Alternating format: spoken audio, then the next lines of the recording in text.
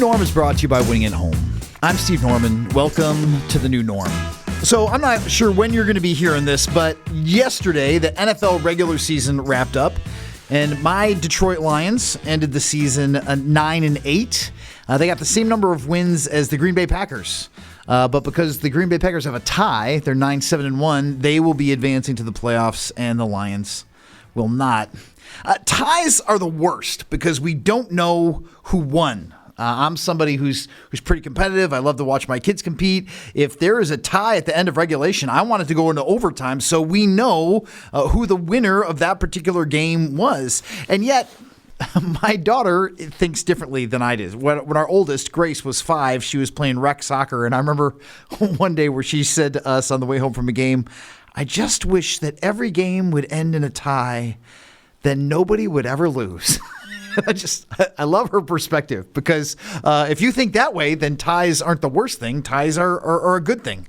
And for some of us, there are days when a tie does, in fact, feel like a win. My daughter Naomi was playing club soccer for years when she was in high school, and there was a time where we played another team in town that was a rival. They beat us pretty handily the first game, and so when we were playing them later in the season, they had a very special event. They were calling it an alumni game. They went out of their way to announce it in the community. They rented lights. They turned into this whole big extravaganza because they were playing a team, us, that they were pretty sure they could beat. And so when there were 2 minutes left in that game and we were still tied, we were super excited to hang on to the bitter end and have that game end in a tie because that one definitely felt like a win. So while let's talk about ties, because there is a passage in Scripture that talks about what my daughter Grace at 5 would have called a beautiful tie. We read this in Matthew chapter 20. These are verses 1 through 16. "For the kingdom of heaven is like a landowner who went out early in the morning to hire workers for his vineyard. And he agreed to pay them a denarius for the day and sent them into his vineyard. About 9 in the morning he went out and saw others standing in the marketplace doing nothing. And he told them, 'You also go and work in my vineyard, and I will pay you whatever is right.' So they went. He went out again about noon, and about 3 in the afternoon did the same thing. About 5 in the afternoon he went out and found still others standing around. He asked them, 'Why have you been standing here all day doing nothing?' 'Because no one has hired us,' they answered. He said to them, 'You also go and work in my vineyard.' And when evening came, the owner of the vineyard said to his foreman, 'Call the workers and pay them their wages, beginning with the last ones hired and going on to the first.' And the workers who were hired at 5 in the afternoon came and each received a denarius." Again, this is like downright scandalous. They've got a whole day's wage for a partial day of work. So when those came who were hired first, they expected to receive more, but each one of them also received a denarius, the exact same amount of money. And when they received it, they began to grumble against the landowner. 'These who were hired last worked only 1 hour,' they said, 'and you have made them equal to us who have borne the burden of the work and the heat of the day.' But he answered one of them, 'I'm not being unfair to you, friend. Didn't you agree to work for a denarius? Take your pay and go. I want to give the one who is hired last the same as I gave you. Don't I have the right to do what I want with my own money? Or are you envious because I am so generous? So the last will be first, and the first will be last.'" So think about that for a moment. There are 5 groups of people who are working here. The group that got hired first worked 12 hours.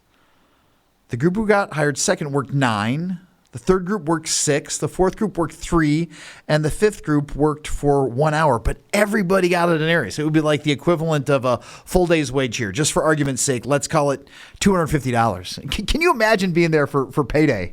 And the people work for 1 hour like, "Hey, I did well. I got paid $250 an hour."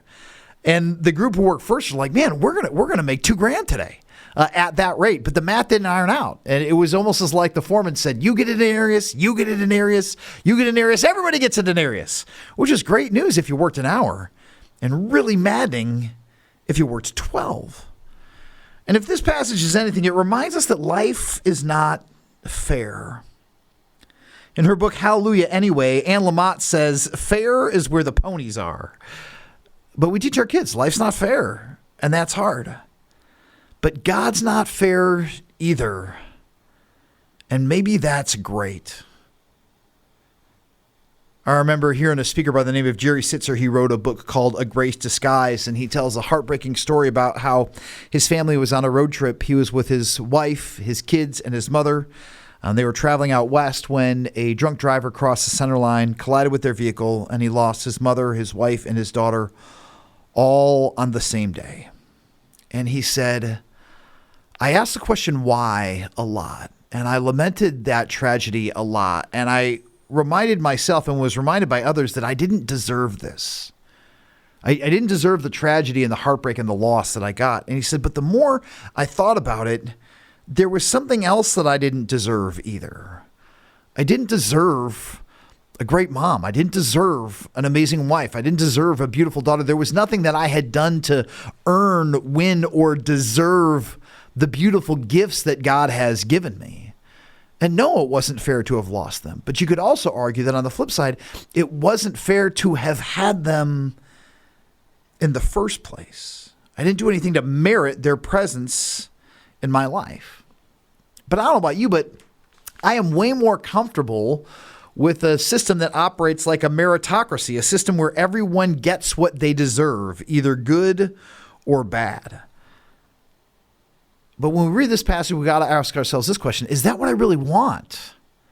A world that doesn't have any grace, where we only ever get what we deserve. I think there are three different important truths that we pull out of this particular passage. And the first one is this, is that the reason that it can be good, even great, that life isn't fair is because everybody has varying degrees of opportunity. Look at verse 7. When the landowner goes out into the marketplace and he finds people who aren't working, he asks the mystics, he's like, why have you been standing here all day long doing nothing? And they have this great answer that says, because no one has hired us. It wasn't their fault that they weren't working. They got into the marketplace where people picked up day laborers and they were waiting in line like everybody else. There just hadn't been any work that appeared just yet. And there have been seasons in my life where I have been tempted to believe that my success is a result of my work, my ingenuity, my intellect, my labor. And to be fair, the work that I have put in has been a part of that equation, but it would be wrong, even delusional or dishonest, for me to say that the opportunities that were presented to me that I didn't have anything to do with were a part of God's grace in my life. When I was in high school, I won a National Merit Scholarship, and all that means is that I did above average on the PSAT, which is a standardized test, the kind of the precursor to the SAT that you take when you're a junior in high school. And I'm going to tell you point blank, I didn't do well on that test because I'm inherently good at math or English. I did well on that test because I'm the fifth of six kids, and when my parents watched my older siblings go through high school, they learned that there was a way to get a leg up on the PSAT, which were to take these standardized test private classes. They're called these Kaplan classes. And I remember driving 20 minutes away from my house every Saturday morning for who knows how many Saturdays to take these practice tests and to learn the science of taking the test. I remember distinctly being on a spring break vacation with my family. We were in Hilton Head, and I was taking practice tests for the SAT so that I could perform well on this one particular test and have the chance to win a scholarship. So part of the reason that I did well on the test is because I had an advantage that I knew how the test worked in ways that other people didn't. So I had an opportunity that other people did not have that gave me an edge in that particular system. That was a grace that was afforded to me by my family system, by my social location, and God that allowed me to do well. And so when we look at other people in our lives, sometimes it's easy to judge another person's emotional, professional, financial, or spiritual maturity. But the truth is, maybe it's easy for us to judge them because we were given opportunities that were not afforded to them. So grace reminds me that maybe some people look like they get more from God, but maybe they need more from God than I needed just because of the opportunities that they did or did not have access to over the course of their life. So varying opportunities is one thing that helps me understand grace. Another thing that helps me understand grace is God's abundant two-way generosity. I love what he says in verse 15 to the complaining laborers. Don't I have the right to do what I want to with my own money? Or are you envious because I am generous? And I think that if the laborers were honest, they would have said, yes, we are envious because you're generous. We want you to be generous towards us. We don't want you to be generous towards everybody else. And God's generosity is more like a grenade than it is a sniper round. It kind of hits everybody in the blast zone rather than picking some people that are deserving of grace and leaving out other people who weren't. And then finally, there's that really mystical verse that says, the last will be first and the first will be last. Well, how is that possible? The only way that the last can be first and the first can be last at the same exact moment is if the entire race ends in a tie. And when I look back at this passage, I'm reminded that the invitation for the laborers to work at all was grace. The work that was available to them to labor in the vineyard, that was grace. The denarius that all of them got, that was grace. But the life itself was grace. And St. Teresa of Lisieux says, all is grace. All is grace. The beautiful things in life are grace. Even the hard things in life are grace because they're God's gift that helps shape us into the person that he wants us to be.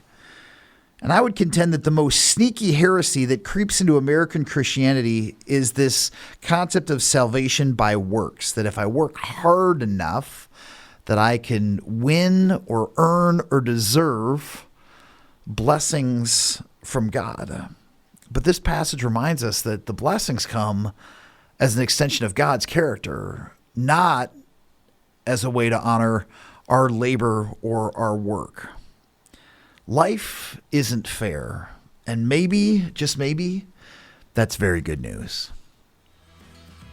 The New Norm is produced and distributed by Winning at Home. Winning at Home is a faith-based nonprofit committed to making individuals, couples, families, and businesses stronger through counseling and coaching. For more information, visit winningathome.com. I'm your host, Steve Norman. Thanks for listening.